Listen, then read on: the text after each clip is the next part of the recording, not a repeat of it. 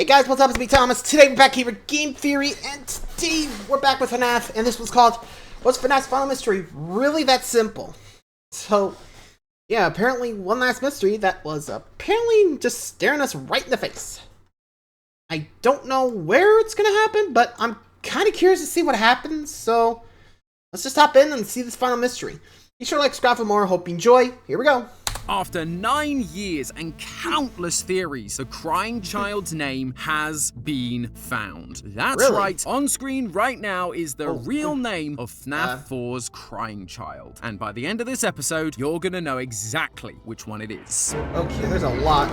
Hello, Internet! Welcome to Game Theory, the show that's just desperately trying to keep up with the FNAF content train. It feels like there's been a lot, right? We had all that stuff from the 10th anniversary, we've had our first full entry into the Choose Your Own Adventure style book series, there's even a FNAF level in the new Funko Fusion game. I swear, if there is lore in this thing, I am going to scream. But while I was busy just trying to keep on top of all of that, someone else decided that it would be fun to add one final slice to my already oversized mountain of lore pizza. Fellow theorist and friend of the channel, Hyperdroid. Now, normally another theorist posting a theory of their own doesn't particularly slow me down. I'd normally finish writing what I'm doing and then I'd go back and watch that later. But this one was different because he claimed he'd done the impossible. He claimed that after years of speculation, he'd finally found the name of the crying child. Really? That is a massive claim, especially when so many others had tried and failed in the past. But it wasn't all talk. He backed it up with some pretty solid evidence that the fan base seemed to love. We were inundated with messages on our subreddit, Twitter, YouTube comments, all asking us one thing. Is he right? And I get it. Hyperdroid is a fantastic theorist, but this particular puzzle has eluded us for so long, to the point where most of us just thought it would never be solved. If he is right and we're all gonna start calling the crying child something other than the crying child, we wanna make sure it stands up to scrutiny. Don't wanna be caught backing the wrong animatronic horse. So let's go through the evidence he's presented, the methods he's used, and see whether this new name holds water. Ladies and gentlemen, here we go. Time for Mortium. Can't use Morty anymore, can we? And doesn't look like Matt's gonna be interrupting me this time. Gotta come up with something new. Oh, I know! Leave your theories in the comments below. I'll pick my favorite in the next episode of Trash. Yeah, that's about right. I guess that's what happens when I let Yossi pick the acronym. Let's give a trash take then, shall we? To understand... So went from Morty to Trash. I think it would have gone with Torty or something. I don't know. So, we might get a name for the crying child. This is big. Like, we don't know the name of the last kid, so I don't know what it is, but we might be hitting something big. How big? Well, I guess the only one way to know for sure. Let's hop in. How Hyperdroid came to find this new name, we first need to recap where the mystery started. The Survival Logbook. After the release of FNAF 6, we got this book that seemed to just be a kid's puzzle book, but it turned out to be one of the biggest lore clues in the entire series. And I really do mean that. Inside, we have 3 characters talking to us. Mike Afton writing in red pen, a ghostly spirit writing in faded text, and a final spirit altering the physical text of the book. Across several pages, the faded text wrote the words, my name. And on one page, my name was written on a gravestone. This reflected the 5th gravestone with no name that we found at the end of FNAF 6. Thanks to Reddit user DPowerful1, we realized that you could take the altered numbers on the pages where the words my name were found and use those as coordinates for the word search, giving us the name Cassidy, the 5th missing child. This in and of itself was a huge dub for the FNAF community, but it was kind of bittersweet because there was another puzzle in this book that remained unsolved, the Foxy Grid. This grid had faded letters in the first few boxes, showing us that we needed to fill in the rest, and likely meaning we needed more coordinates to figure out a new name. The name of the spirit writing in altered text in the book. Based on Cassidy's questions about the purple plastic telephone, psychic friend Fredbear, as well as a birthday party that was for you, all things seem to be pointing to this final spirit being FNAF 4's crying child. The Foxy Grid was going to finally help us figure out the name name of this character. The problem was, nobody could solve it. Matt was literally ripping his hair out for years over this thing. Some people tried to find the name in other places and then reverse engineer a solution. In Help Wanted, the FNAF 4 bedroom was called Norman Bedroom, so maybe Norman? Some people thought Garrett because that's Mike's brother in the recent movie. Some even thought it might be Gregory because he's designed in a similar way to the crying child. But none of them were able to link it back to the Foxy grid, and so it just felt inconclusive. A few Reddit users found the phrase "is Springtrap" using 6 Cassidy coordinates and 6 my name page numbers. This seemed to pair nicely with my name because it matched the FNAF 3 teaser. My name is Springtrap, and implied therefore that the ghostly text was actually Afton speaking to the crying child, whose name would therefore be Cassidy. But sadly, this solution ignores the 7th coordinate needed to make up the name Cassidy in the first place. And so by cherry picking 6 of the coordinates, it kind of causes the whole thing to fall apart. Finally, the most simple and well-known of the theories was offered by Reddit user Wolfie1740 Kingdom. They matched the questions that Cassidy was asking to the answers given by the crying child in altered text. The party was for you. It was for me. What do you see? I can't see. Does he still talk to you? I can hear sounds. This gave them the letters E, V, and A. But they weren't really able to figure out the final letter. Another Reddit user, Godzilla813105, did manage to find a solution. They added up the tally marks to give them the final coordinates 39, leading to the letter N and the name Evan. A lot of people really liked this name and thought it was an interesting theory, but because you had to break the method on that final letter, it was just too tough a moondrop to swallow. Enter Hyperdroid. He too liked the initial method posed by Wolfie, but he agreed that the final letter would need to follow the same method, especially as Crying Child does offer a 4th answer, I'm scared. So he took the same 3 answers to get the letters E, V, and A, but rather than skipping the 4th answer, he tried to match it to another one of the questions. On page 41, Cassidy asks, do you have dreams? Initially, that doesn't seem to make a lot of sense given the response, but underneath that question, Mike has drawn a picture of Nightmare. The Nightmare animatronics came from William's experiments on his kids, and it's been theorized that this is what was used to make the crying child scared of the animatronics in FNAF 4. That means the crying child would not only know what this is, but would also be afraid of it, leading to him giving the seemingly non-direct answer, I'm scared. Taking the page number for that question. Okay, yeah, scared. Like, yeah, you'd definitely be talking about it. So what, 41? Or is it like, you gotta do the... Okay, so we might get something, but... EVA. If this is N, we'll definitely be able to confirm it, but there's gotta be more. Question, you can plug it into the Foxy grid and get the letter D. Spelling Evad. Then, noticing all the references the book had to reflecting, along with the random mirror next to the word search that's never been used for anything, Hyperdroid reflected the answer, giving them the crying child's name. D-A-V-E. Dave.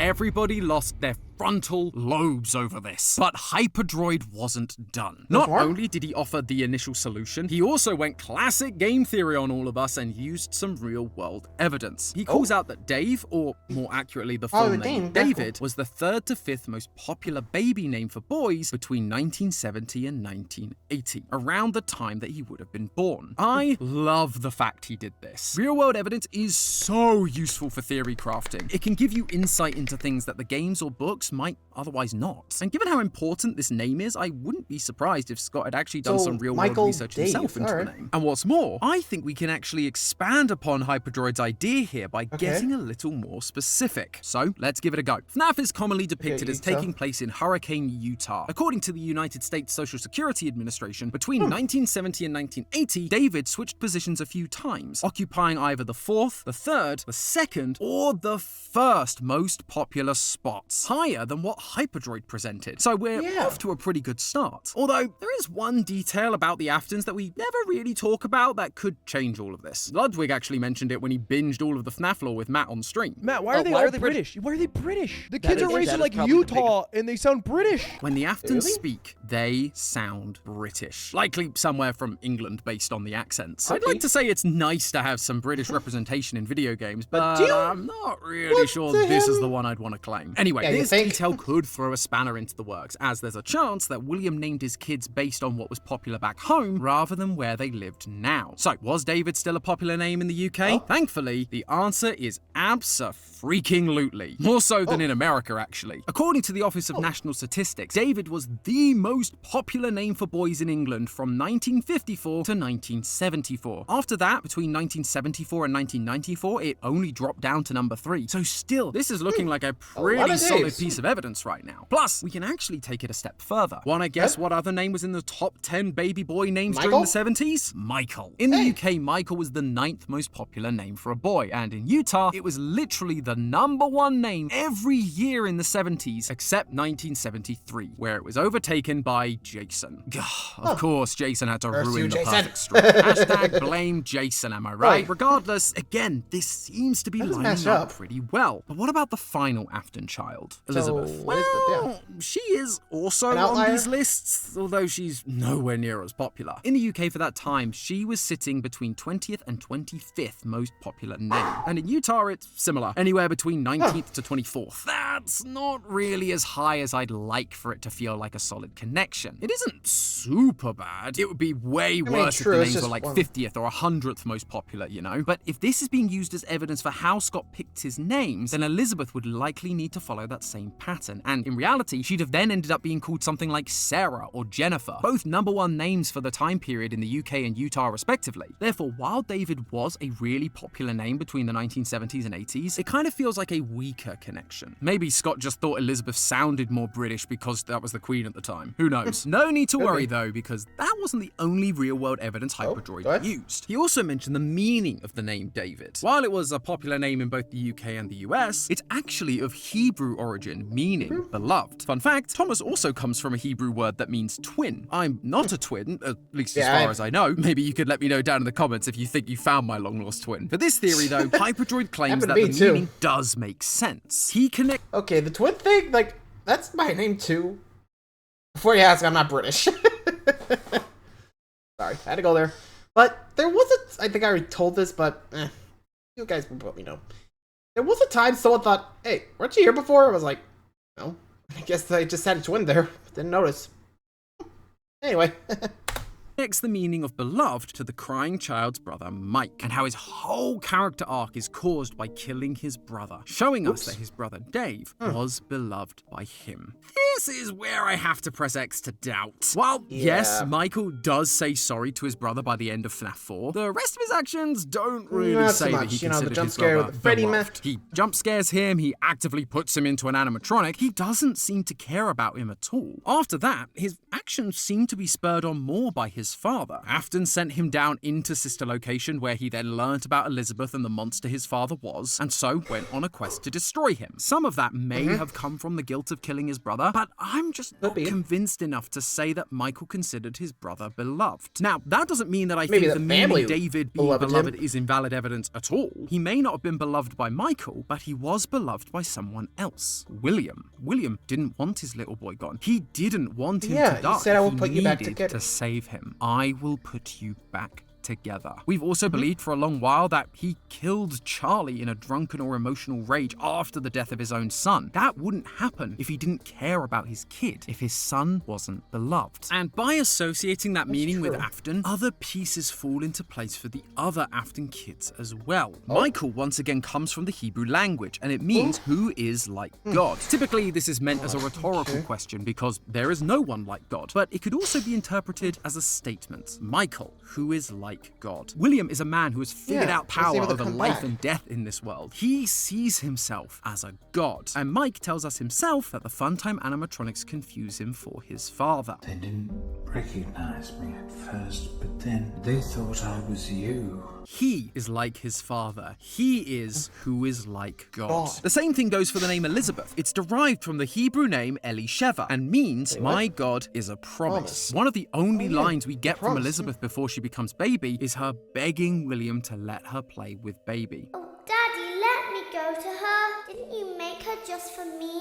Baby was made by Afton for Elizabeth. She's annoyed because she is now being denied the thing made specifically for her. The thing that was promised to her by her father, by the God of this world. After that, she disobeyed and got scooped. And so Afton made her another promise, the same one he made the crying child. He sent Michael down into the bunker to put her back together. 3 Afton kids, 3 Hebrew names, 3 meanings that all point back towards dear old dad. It's like poetry. It's like poetry, so if they rhyme. Interestingly, William isn't of Hebrew origin, it's actually Germanic, but it also has an interesting meaning. Resolute protector or strong-willed warrior. He tried to protect Elizabeth. He was resolute in fixing and protecting the crying child after he died. And if you don't call surviving a spring-locking strong-willed, I don't know what else you'd call it. So, from a thematic standpoint, the name Dave does seem to work. Its meaning fits what we know of the character, and it ties into the same themes as the rest of the Afton family.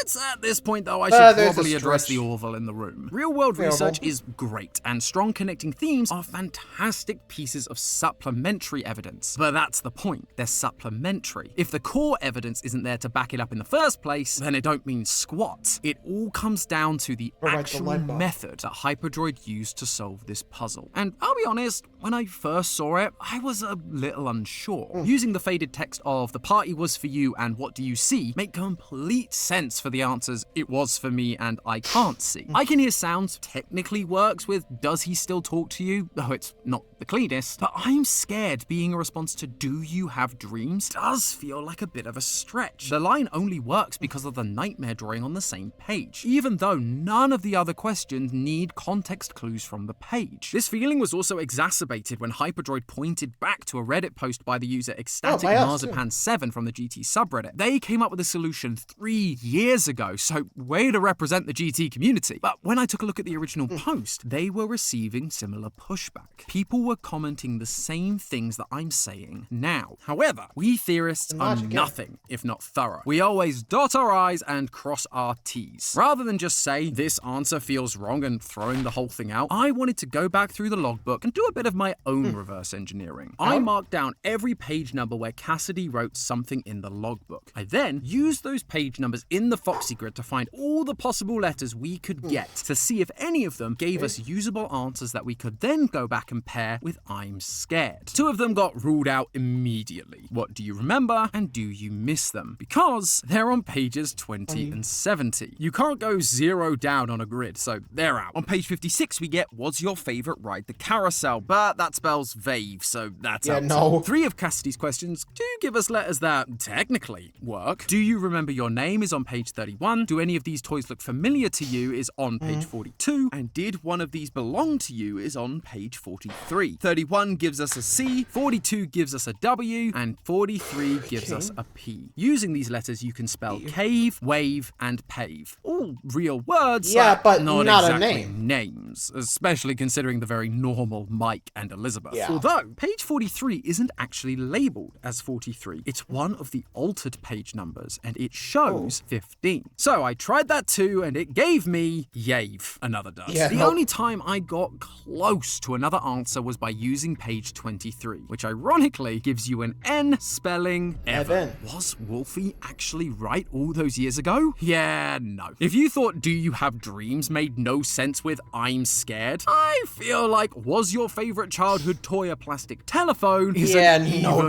worse answer. It would then mean we haven't reversed anything either, and so the mirror in the middle of the book would also remain unused, which isn't really ideal. The last page to try was 83, where Cassidy asks, "is this song familiar to you?" This gives you a T in the Foxy grid, and I tried using this as both an alternative for "I'm scared" as well as "I can hear sounds," just to be sure, but no combination of those letters made an A either, which means by process of elimination, "do you have dreams" does kinda have to be the answer. If it's not, we'd also have to throw out the letters E, V, and A too, because we need to find an entirely new method to solve this grid. And at this point, I kind of feel like if there was another method, someone surely would have found it by now. I'm sure that some people still aren't going to be happy with this solution. For all the other questions, Crying Child was just responding to the words Cassidy said. But for this final one, you have to use Mike's drawing to get the full interpretation. As I've already said, that kind of breaks the method. Not as much as finding the N for Evan using the tally marks did, but enough that it doesn't feel satisfying. Except when you stop and look back, Scott actually did the same thing with the Cassidy puzzle. Think about it. At the start, we were using altered page numbers from pages with my name name written on them. But as the puzzle went on, that changed. Suddenly, we stopped using altered page numbers and began using other altered numbers from the page, like 7 and 2 or 10 and 11. On some pages, we're not even using altered numbers. One of them, we use numbers written by Mike, a completely different character. And on another, you have to follow Mike's clue to a different page and then use the numbers that are just in the book. They're not altered, they're not written down, they're just there. We were still following the my name part of the puzzle, but the actual number used for the coordinates was different. That rule was being broken. And yet, no one really batted an eyelid when that was pitched out. Why? Because we got an answer that made sense. Yes, the method was a little messy, but clearly it was the correct solution that Scott had planned, given he then went on to confirm the name Cassidy in his cancelled movie ideas. To me, this is the same situation. We finally have an answer that spells a name and follows the same kind of puzzles, even if the method is a little messy. Maybe Scott wanted to make the puzzles harder as they went on, or, maybe he just isn't that good at planning puzzles to begin with. We theorists are so used to complex ciphers and ARGs that sometimes I think we expect everything we solve to be on that level, but in actuality, not all the time. And so the simplest solutions can actually be the best. All that being said, what do I actually think? Is Dave the real name of the crying child? Well, even though a little messy, the solution does fit. Yeah. It gives an answer for the random mirror in the middle of the book, and it works thematically with all of the Afton children and their parts in the story. Is crying child's name Dave? For me, after spending days going back and forth,